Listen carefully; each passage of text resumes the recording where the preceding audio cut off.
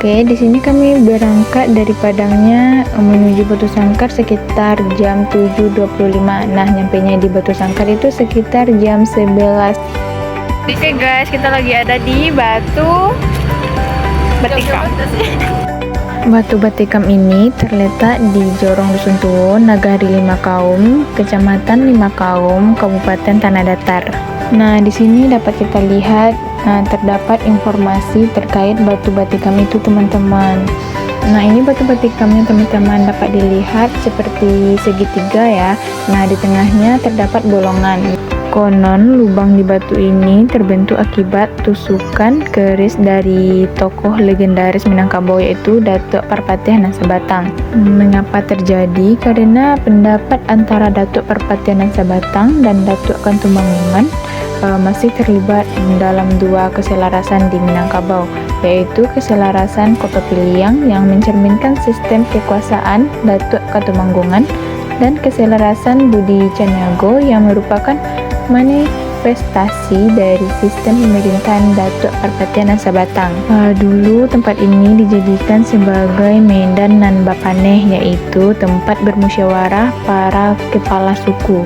Dapat dilihat di sekitar Batu Batikam itu terdapat kursi yang terbuat dari batu. Batu Batikam ini berukuran tingginya 55 cm, tebalnya 20 cm, dan lebarnya 45 cm.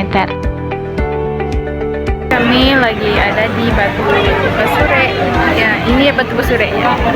Batu Basure ini terletak di Desa Kuburajo, Nagari Lima Kaum, Kecamatan Lima Kaum, Kabupaten Tanah Datar. Batu Basure ini menggunakan bahasa Sanskerta yang bertuliskan menggunakan tulisan Jawa. Batu Basure ini berisikan kisah tentang zaman kerajaan Adityawarman. Batu ini dikenal sebagai bukti dari peninggalan sejarah dari kerajaan Pagaruyung di masa lampau. Batu Basure ini juga berisikan suatu pesan tertentu yang ditujukan untuk Adityawarman yang berbunyi, Adityawarman maju perkasa, ia penguasa Sumatera dan tanah emas ayahnya Adwayawarman, dia keluarga Indra. Info dari Sumbar 2015.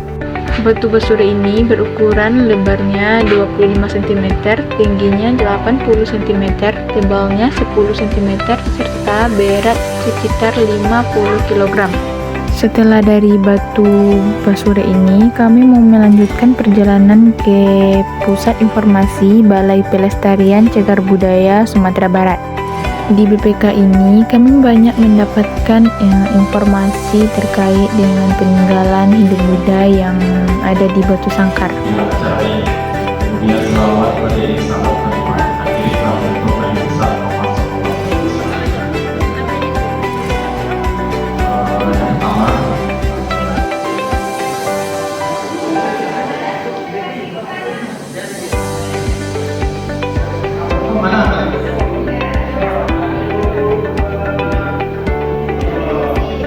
Setelah kerajaan Dharmasraya yang ada di kerajaan Dharmasraya yang Dharmasraya itu menyerahkan dua orang putrinya ke Majapahit secara petak dan dalam nikah. Kemudian dari salah seorang putri itu melahirkan seorang raja yang bernama Adityawarman. Nah, Raja Adityawarman ini awalnya itu bermukim atau pernah menjadi utusan Majapahit, kemudian pernah menjadi Wardana Menteri namanya di Majapahit, kemudian melakukan ekspansi atau pergi ke Sumatera yang namanya ekspedisi Pamalayu. Kita tahu itu kan? Kita tahu. Setelah ekspedisi Pamalayu, salah satu andil Adityawarman di Minangkabau itu adalah memindahkan pusat kerajaan dari Dharmasraya ke Sarwaso.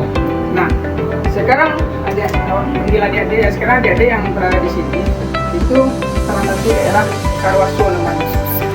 Jadi Pagaruyung. Nah, kalau pernah melihat atau membaca peninggalan utama itu prasasti atau Banda Bapae itu yang ada di penganut Buddha bisa diterima di Minangkabau. Menarik. Ada yang tahu?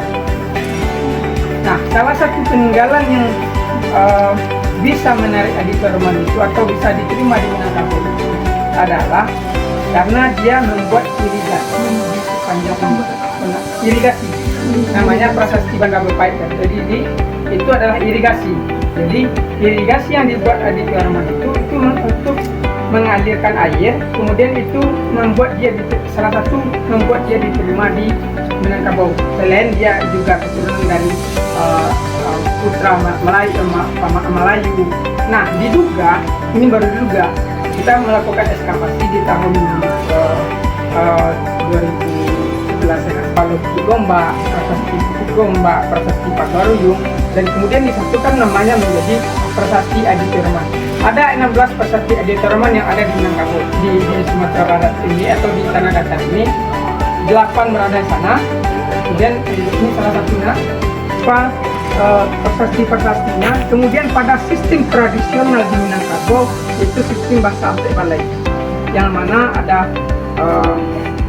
menteri-menteri yang menjadi pilar untuk kerajaan Minangkabau. Itu salah satu yang bukan bukti secara struktur pemerintahan tradisional. Nah, mungkin itu setelah aditoreman. Jadi pada Hindu Buddha di Sumatera bagian tengah itu ada namanya segitiga jalur. Artinya Muara Jambi, narasi besarnya adalah Muara Jambi, Damasraya, kemudian Tanah Datar atau Saroso atau Pagaruyung. Itu segitiga. Karena dulu sebuah peradaban atau sebuah kebudayaan itu lahir dari pinggiran sungai. Jadi pinggiran sungai yang kita maksud untuk salah satu peninggalan Aditoreman itu adalah dari aliran Batanghari.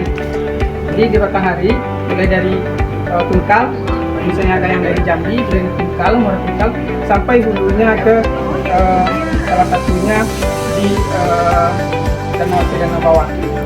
Nah, kemudian melalui jalur-jalur sungai inilah peradaban itu. Salah satu peradaban Hindu Buddha, dan kemudian aditoreman kalau di Damasraya itu di Kerajaan Sebuntur, Padang Lawe, kemudian kalau di sini di Saroso dan Pagaruyung. Nah, batu yang ada di sini semua itu merupakan tiruan dari prasasti peninggalan Istana Pagaruyung. Contoh seperti batu ini hampir mirip dengan prasasti aslinya. Nah, ini bisa dilihat seperti batu asli, tapi ini cuma replika dari peninggalan Istana Pagaruyung. Di BPK ini terdapat banyak sekali peninggalan Kerajaan Damasraya, Kerajaan Pagaruyung. Terdapat juga arca Kuwera. Kuwera itu adalah dewa pemimpin golongan yaksa atau raksasa. Kuwera bergelar bendahara para dewa, sehingga ia disebut dewa kekayaan. Ini peninggalan dari Kerajaan Damasraya seperti Teko. Ini juga dijadikan tempat pas bunga bagi para raja waktu Hindu Buddha.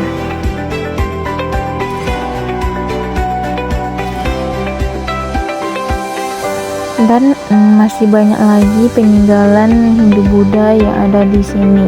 Selain peninggalan Hindu Buddha, ada juga media ajar di BPK ini seperti peta yang ada di layar ini. Bisa kita lihat gimana sejarahnya, di mana tempatnya. Setelah melihat peninggalan dari Kerajaan Damasraya tadi, kami diajak untuk nonton bareng. Filmnya dibikin sendiri oleh Pusat Informasi Balai Pelestarian Cagar Budaya Sumatera Barat ini.